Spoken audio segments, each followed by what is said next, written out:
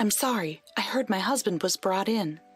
As I ran into the treatment room, the eyes of the doctors, nurses, and my husband were all on me.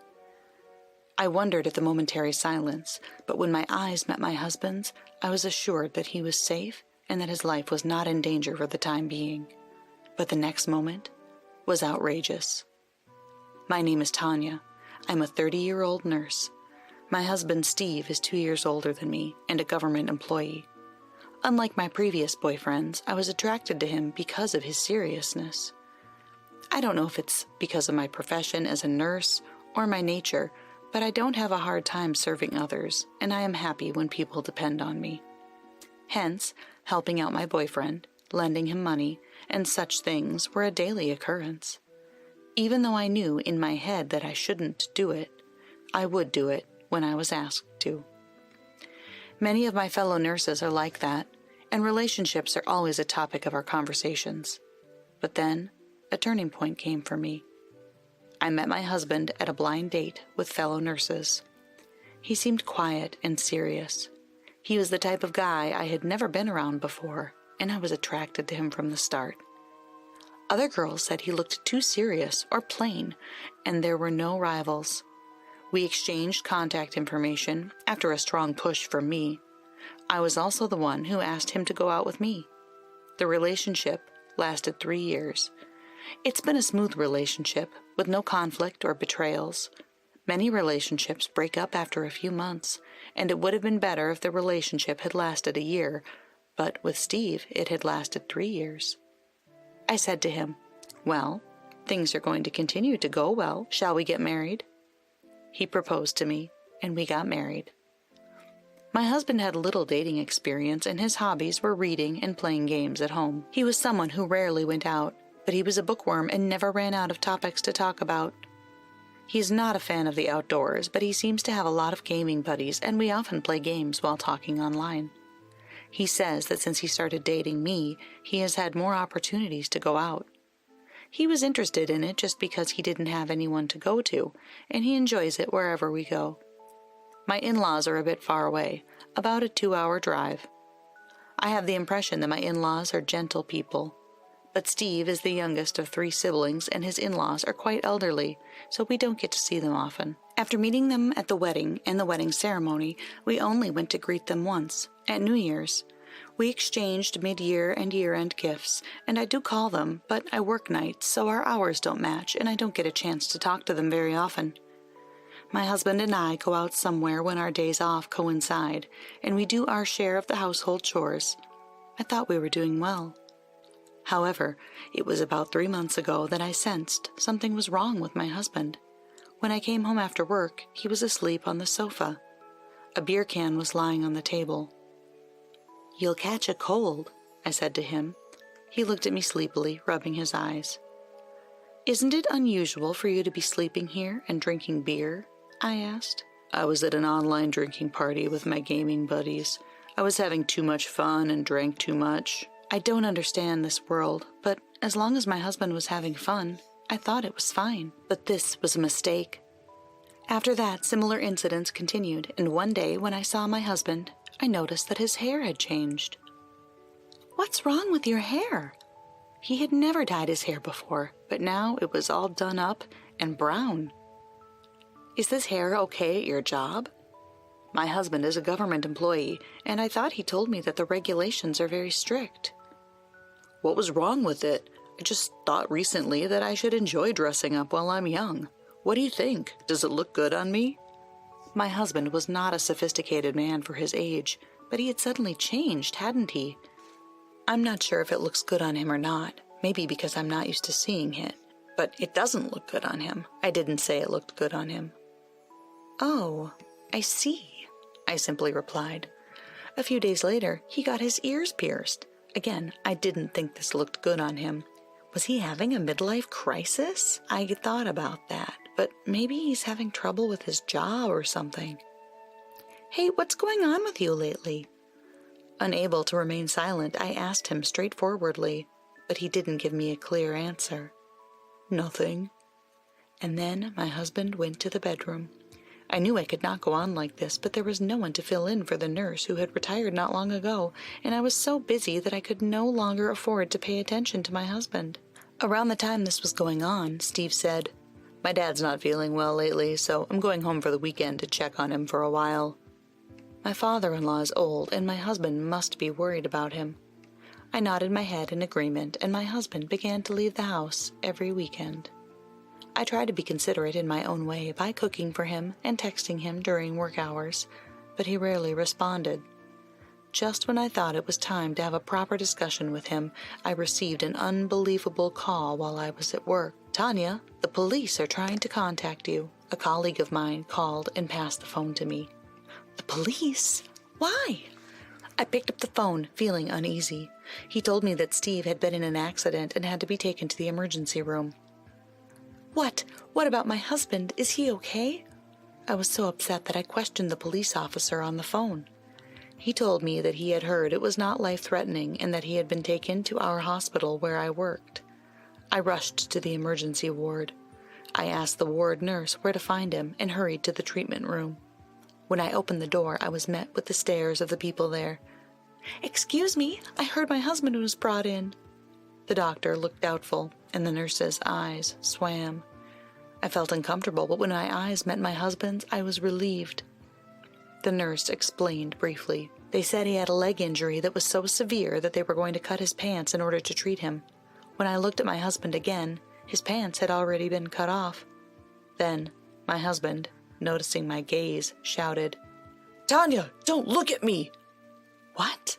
I'm a nurse, and I wonder if my husband thinks it's embarrassing for me to see him have his pants cut off?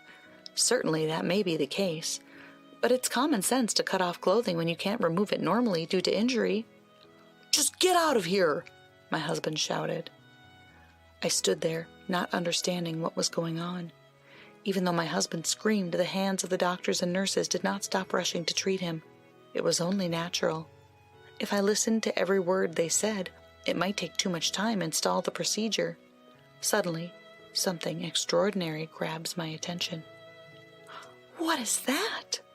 I muttered to myself. On the inside of my husband's thigh was a tattoo. The injury being treated was on his left leg, while the tattoo was on his right leg. Fortunately, the right leg did not appear to be damaged, and the eye was drawn to the leg that had been injured. Scrawled onto the inside of my husband's thigh is someone's name. It seems to be a woman's name. "Yasmin? Who?" My husband continued to be shocked by my words, but I got out of there once the procedure continued. I talked to a fellow nurse in the emergency ward who told me that apparently my husband had not been brought in alone. She said she thought it was a couple who was married or dating because he was brought in with a woman his own age who had been in the accident with him. When he checked the name of the woman who was transported with him, her first name is Yasmin. It matches the name on the tattoo. Does this mean they were having an affair? I kept asking myself. My coworker said she had brown hair and pierced ears and also had a tattoo with his name on it. It didn't add up. I asked the nurse who treated the woman, and she told me that my husband's name was also tattooed on her inner thigh. I think it's safe to say they are having an affair. But what kind of nerve does a woman have to have the name of her cheating partner tattooed on her body? I can only think that she must be unstable. As I was thinking this, I remembered the call from the police. The police first called my mother and father-in-law's house, but my in-laws cannot drive, so they asked where I worked and called me. This means that my in-laws must be worried. So I called their house, and my father-in-law answered, "Is Steve going to be all right?" He was worried, so I told him that Steve had been in an accident and had been taken to the hospital, but was not in life-threatening condition. My father-in-law's voice told me he was clearly relieved. So I asked him, "By the way, Dad, have you been feeling better?"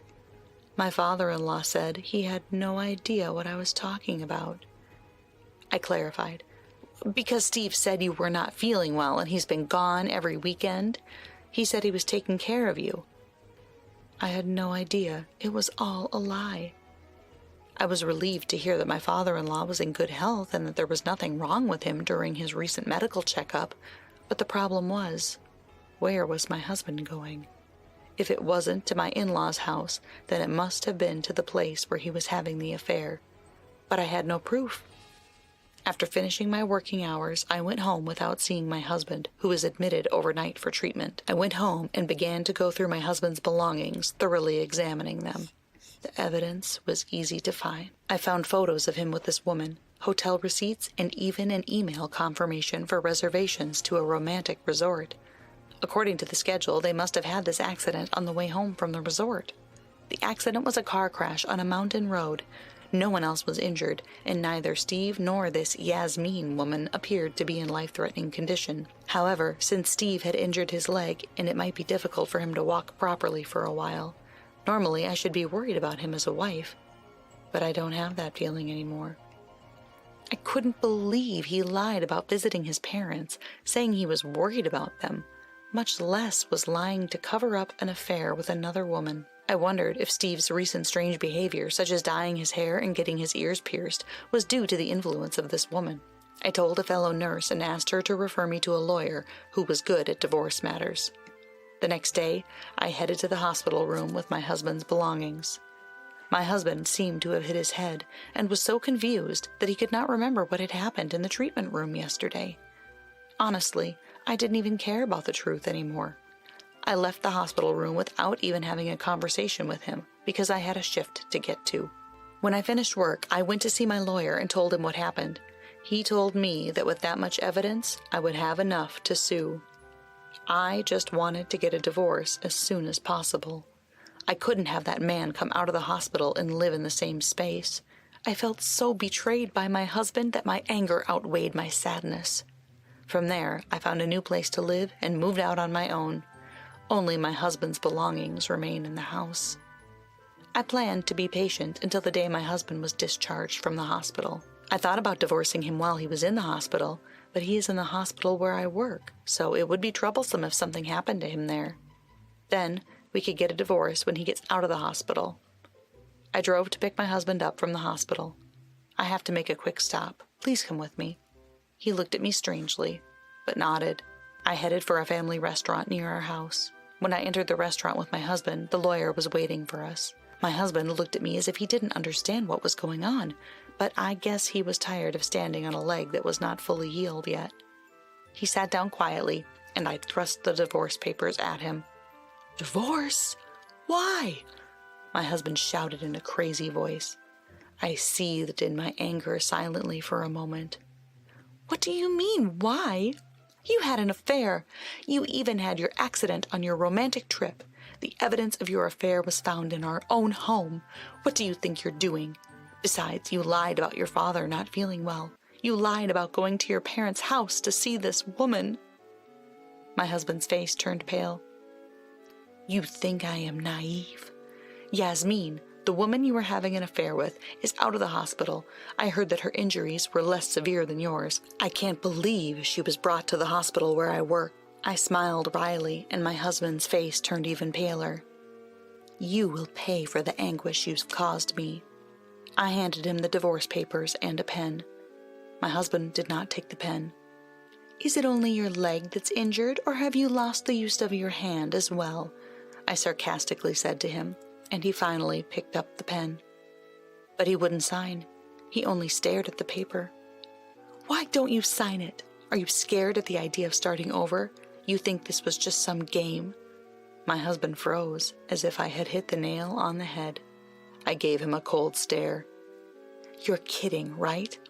I can't be with my husband with the cheater's name tattooed right on his body." He looked at me in surprise. What? What are you talking about?" He may have been trying to deceive me, but I was unmoved. "You really don't remember? I was there when you were rushed to the emergency room. You were yelling at me not to look." Then my husband's face changed color. "Sound familiar? I saw the tattoo on the inside of your thigh, too. But what kind of a man tattoos his mistress's name on his body? Even if we didn't get divorced, do you think you can hide it from me?" My husband was slack-jawed. "No, it's not. That's not it," he said. I could only sigh at the sight of my husband. "Dyed hair, pierced ears, and tattoos, and with the name of the person you cheated on your wife with? At least do it after you get divorced. While Steve was in the hospital, I actually met Yasmin face to face. I didn't go out of my way to see her or anything. We just bumped into one another. She was lost in the hospital, looking for the gift shop, and she asked me for directions. The gift shop is just around the corner. Oh, and you're Yasmin, right? My husband is Steve, I said, as she checked my nameplate, turned pale, and left at a speed that was hard to believe for an injured person. Please don't run in the hospital, I called after her. I think she was more embarrassed than I was. She probably heard from Steve that I worked here, but she probably never thought she would run into me at such a big hospital. Quite the stroke of luck. Seeing how my husband said he would rather start over with me than with someone he was supposedly loved enough to get a tattoo, I asked my Steve if he had been dumped by Yasmin. Steve didn't think I would ever find out, and apparently would rather suffer and stay married to me rather than have me file for alimony. I can't believe he thought he wouldn't get caught with her name tattooed on his body, and breaking up with him wouldn't erase the fact that he cheated on her, though. Nurses have a high rate of attracting the wrong kind of men. I'd been the same way, but when I married Steve, I thought he was a serious man and that he wouldn't betray me. And then he was stupid enough to get a tattoo of the person he cheated on me with, which is the worst thing ever. I'm so blind. I'll leave the rest to the attorneys, and I hope I never see him again. The lawyer looked at me and nodded. I've moved out, so you'll have to get a cab or whatever to get home on your own. Bye. My husband looked at me with a pitiful face, his mouth agape. He would probably be crippled until his leg wound healed, but he deserved it. After that, I was divorced without incident. I also got alimony. Thanks to that, Steve was left broke and bankrupt. To his surprise, he found out that Yasmin was married to a colleague from his office, and they had actually found out by chance that he and her husband were online game buddies. Of course, Yasmin's husband filed a claim for alimony against her as well. I heard that Steve had to quit his job, and the rumors just keep on spreading. But I got the alimony paid, and I don't care if Steve quits his job or not. After the divorce was finalized, my former in-laws contacted me, but they were furious when I politely explained the situation. They apologized to me and said they would never let Steve hurt me again. This time, the word spread among my fellow nurses, but they all laughed it off, and I am still laughing my way through it. Now, I live alone, and I'm free to do whatever I want.